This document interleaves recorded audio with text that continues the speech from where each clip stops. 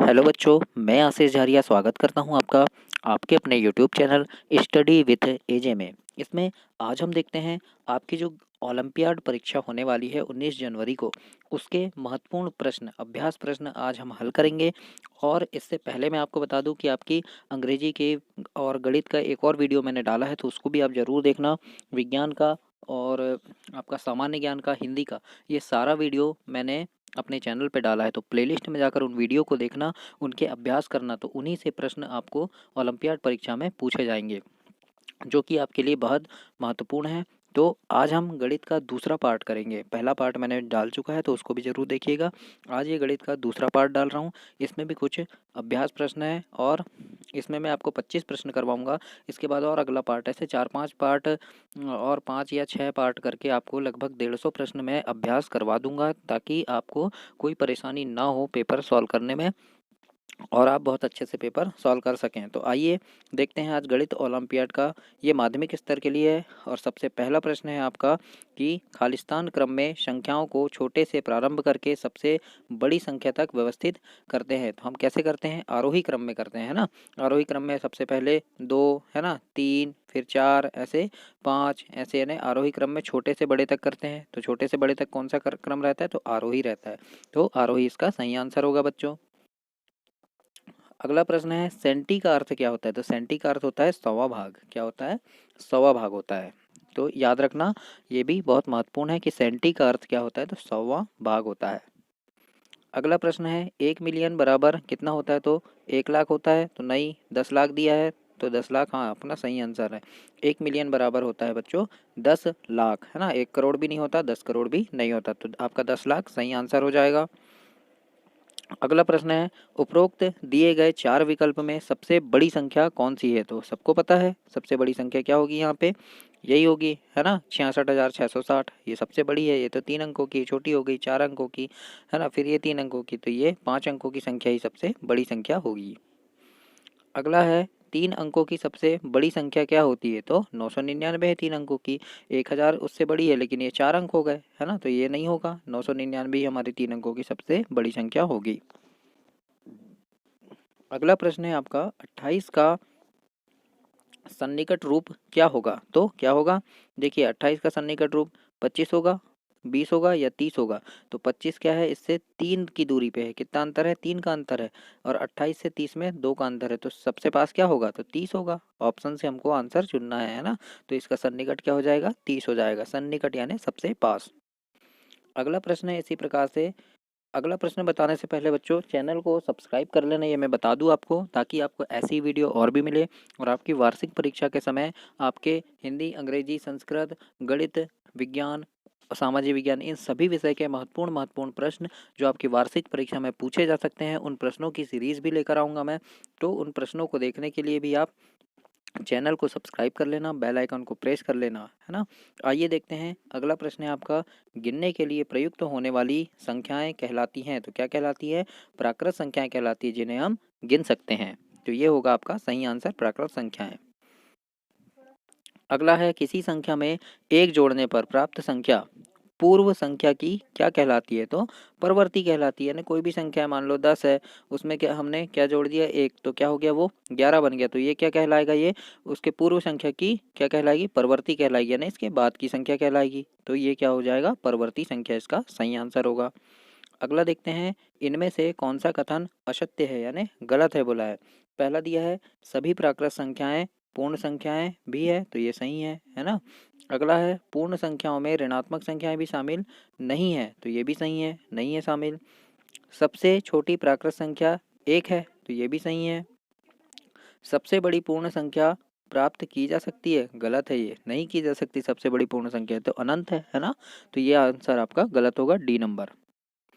अगला प्रश्न है बच्चों, 90 की पूर्ववर्ती संख्या क्या है? तो 90 की क्या है? 90 से 1 कम कर दो। पहले की संख्या 90 की क्या हो जाएगा? 89, है ना।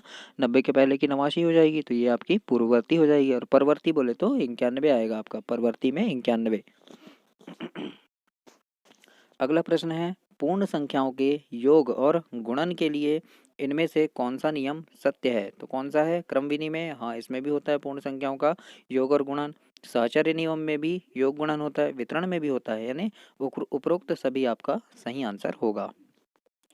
अगला देखते हैं 12वां प्रश्न है, किसी संख्या को पूर्णतः विभाजित करने वाली संख्या उसका क्या कहलाती है? तो गुणनखंड कहलाती है। आपका पहला ऑप्शन सही हो जाएगा, गुणज नहीं होगा, दोनों भी नहीं होगा, है ना। गुणनखंड कहलाती है जो पूर्णतः विभाजित कर सकती है। अगला है, वह संख्या जिसके सभी गुणनखंडों का योग उस संख्या का 2 गुना हो, क्या एक कहलाती है? क्या कहलाती है? संपूर्ण संख्या कहलाएगी, है ना। यानी वह संख्या जिसके सभी गुणनखंड, जितने भी उसके गुणनखंड है उनका योग क्या होगा? संख्या का दुगना हो जाएगा, तो वो क्या कहलाएगी? वो संपूर्ण संख्या कहलाएगी, यानी वो पूर्ण संख्या बन जाती है। तो इस प्रकार से ये आपका आंसर होगा, संपूर्ण संख्या। बच्चों, बहुत ही महत्वपूर्ण प्रश्न है, इन प्रश्नों में से जरूर से आपको आपके एग्जाम में पूछे जाएंगे, जो मैं अभ्यास करवा रहा हूँ, तो ध्यान से इनको देखना। आइए देखते हैं अगला प्रश्न है, इनमें से सह अभाज्य संख्याएं कौन सी हैं? तो 4 और 21 जो है ये सह अभाज्य संख्याएं होंगी, है ना। ये भी नहीं है, बाकी 3 ऑप्शन नहीं होगा, 4 और 21 ही आपकी सह अभाज्य होंगी।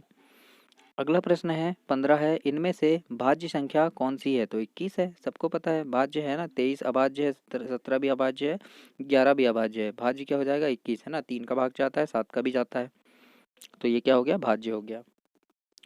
अगला है, इनमें से असत्य कथन कौन सा है? तो असत्य कथन छांटना है हमको। तो पहला दिया है यहाँ पे, सह अभाज्य संख्याओं में दोनों सम नहीं हो सकती, तो ये सही बात है ना।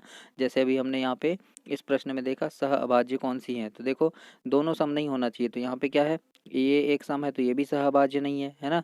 यहाँ पे देखो, तो ये इसमें भाग चला जाएगा, है ना, इसमें भी चला जाएगा, तो ये भी नहीं है, इसमें भी चला जाएगा, ये भी नहीं है, लेकिन यहाँ दोनों सम नहीं है, एक नहीं है ना, एक सम है, एक अभाज्य विषम है, तो ये क्या कहलाएगा? सह अभाज्य कहलाएगी। तो वैसे ही क्या है, यहाँ पे सह अभाज्य संख्याओं में दोनों सम नहीं हो सकती, तो ये सही है। प्रत्येक संख्या एक और स्वयं का गुणज होती है, ये भी सही बात है ना, एक का और स्वयं का गुणज होती है वो। दो एकमात्र ऐसी सम संख्या है जो भाज्य है, हाँ, तो ये भी सही है कि दो एकमात्र ऐसी सम संख्या है जो सही में भाज्य हैं, है ना। एक भाज्य और अभाज्य दोनों है, एक भाज्य और अभाज्य दोनों है, तो ये गलत है, एक भाज्य और अभाज्य दोनों नहीं है। अगला प्रश्न है, 100 का गुणनखंड नहीं है, क्या नहीं है? तो 3 नहीं है ना। 2 से भी हो जाएगा, है ना, 5 से भी हो जाएगा, और 10 से भी पूरा पूरा भाग चला जाएगा, लेकिन 3 से भाग नहीं जाता, है ना, पूरा पूरा नहीं जाता, तो ये गुणनखंड नहीं होगा। अगला प्रश्न देखते हैं, इनमें से किस ज्यामिति अवधारणा में लंबाई चौड़ाई और मोटाई नहीं होती है? तो बिंदु में नहीं होती, है ना। वक्र में तो होती है, समतल में भी होती है ना, रेखा में भी होगी, बिंदु चौड़ाई होगी, मोटाई होगी, लेकिन बिंदु में कोई भी क्या होगा? कोई भी लंबाई नहीं होती, चौड़ाई भी नहीं होती, और इसकी कोई मोटाई नहीं होती, ये बिंदु लगा दिए मैंने, क्या है उसमें? कुछ नहीं है ना। तो इस प्रकार से आपका आंसर होगा बिंदु। अगला प्रश्न है, कोई भी दो भुजाएं जिनमें एक उभयनिष्ठ अंत बिंदु हो बहुभुज की क्या कहलाती है? वो तो आसन्न भुजाएं कहलाती, क्या कहलाती है? आसन्न भुजाएं कहलाती है ना। उभयनिष्ठ अंत बिंदु होता है, वो क्या कहलाएगी? आसन्न भुजाएं कहलाएगी बहुभुज की, तो ये आपका आंसर होगा। अगला देखते हैं, इनमें से बहुभुज का उदाहरण नहीं है, तो कौन नहीं है? त्रिभुज, हाँ, त्रिभुज भी है बहुभुज का उदाहरण, यानी अनेक भुजाएं होती है। वृत्त भी है ना, वृत्त में भी अनेक भुजाएं बन जाएगी, ये भुजाएं बन गई बहुत सारी। चतुर्भुज में भी बन जाएगी, लेकिन सॉरी, वृत्त में नहीं बनती, वृत्त में, सॉरी, वृत्त आपका आंसर होगा, क्योंकि वृत्त गोल रहता है, इसमें कोई भुजाएं नहीं बनेगी। बाकी त्रिभुज में भुजाएं बन जाएगी, चतुर्भुज में बन जाएगी, है ना, आपके पंचभुज में ऐसी भुजाएं बन जाएगी, लेकिन वृत्त में नहीं बनती, क्योंकि वृत्त होता है गोल, तो आपका आंसर होगा वृत्त। अगला प्रश्न है, वृत्त के परिमाप को उसकी क्या कहते हैं? तो वृत्त का जो परिमाप होता है उसको हम उसकी परिधि कहते हैं, ये बात सही है। जीवा तो नहीं होता, जीवा कौन है? ये जीवा है ना। ये बीच से जो गया ये व्यास है, और ये आधा जो ये कहलाता है त्रिज्या, लेकिन जो परिधि है वो क्या कहलाता है? उसका परिमाप कहलाता है। पूरा परिधि मतलब ये पूरा घेरा, तो इसलिए इसका आंसर होगा बच्चों परिधि। अगला प्रश्न है, वृत्त की सबसे बड़ी जीवा को उसका खालिस्तान कहते हैं, क्या कहते हैं? तो व्यास कहते हैं, ये बात सही है। यानी देखो, ये केंद्र हो गया, ये जीवा हो गई, वृत्त की हो गई ये जीवा, लेकिन एक जीवा यहाँ से होकर जाती है, जो केंद्र से होकर जाती है उसको हम व्यास कहते हैं।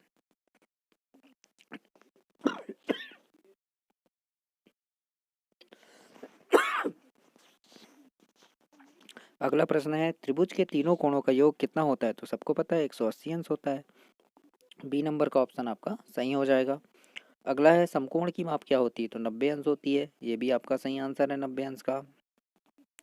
अगला प्रश्न है बच्चों, यदि किसी त्रिभुज की दो भुजाएं आपस में बराबर हो तो उस त्रिभुज को क्या कहते हैं हम? दो भुजाएं बराबर है तो समद्विबाहु कहते हैं ना। ये देखिए, ये दो भुजाएं इसकी बराबर है ना, ये वाली भुजा बराबर है और ये भुजा बराबर है, तो ये क्या हो गया? समद्विबाहु त्रिभुज हो गया। तो ये हुए आपके 25 प्रश्न। अगले पार्ट की वीडियो में मैं और 25 प्रश्न करवाऊंगा, तो इस प्रकार से आपके 75 हो जाएंगे। तो इन वीडियोस को आप ज़रूर देखें, और उनको देखने के लिए मैं पार्ट पार्ट के वीडियो डाल रहा हूं, तो उन सभी पार्टों को देखने के लिए चैनल को सब्सक्राइब करना, ताकि मैं जब भी वीडियो डालूँ तो आपको वो पार्ट मिल सके। और मैं तुरंत ही डालने वाला हूँ इस वीडियो के जस्ट बाद, तो आपको मिल जाए, इसलिए आप चैनल सब्सक्राइब कर लेना बच्चों। धन्यवाद।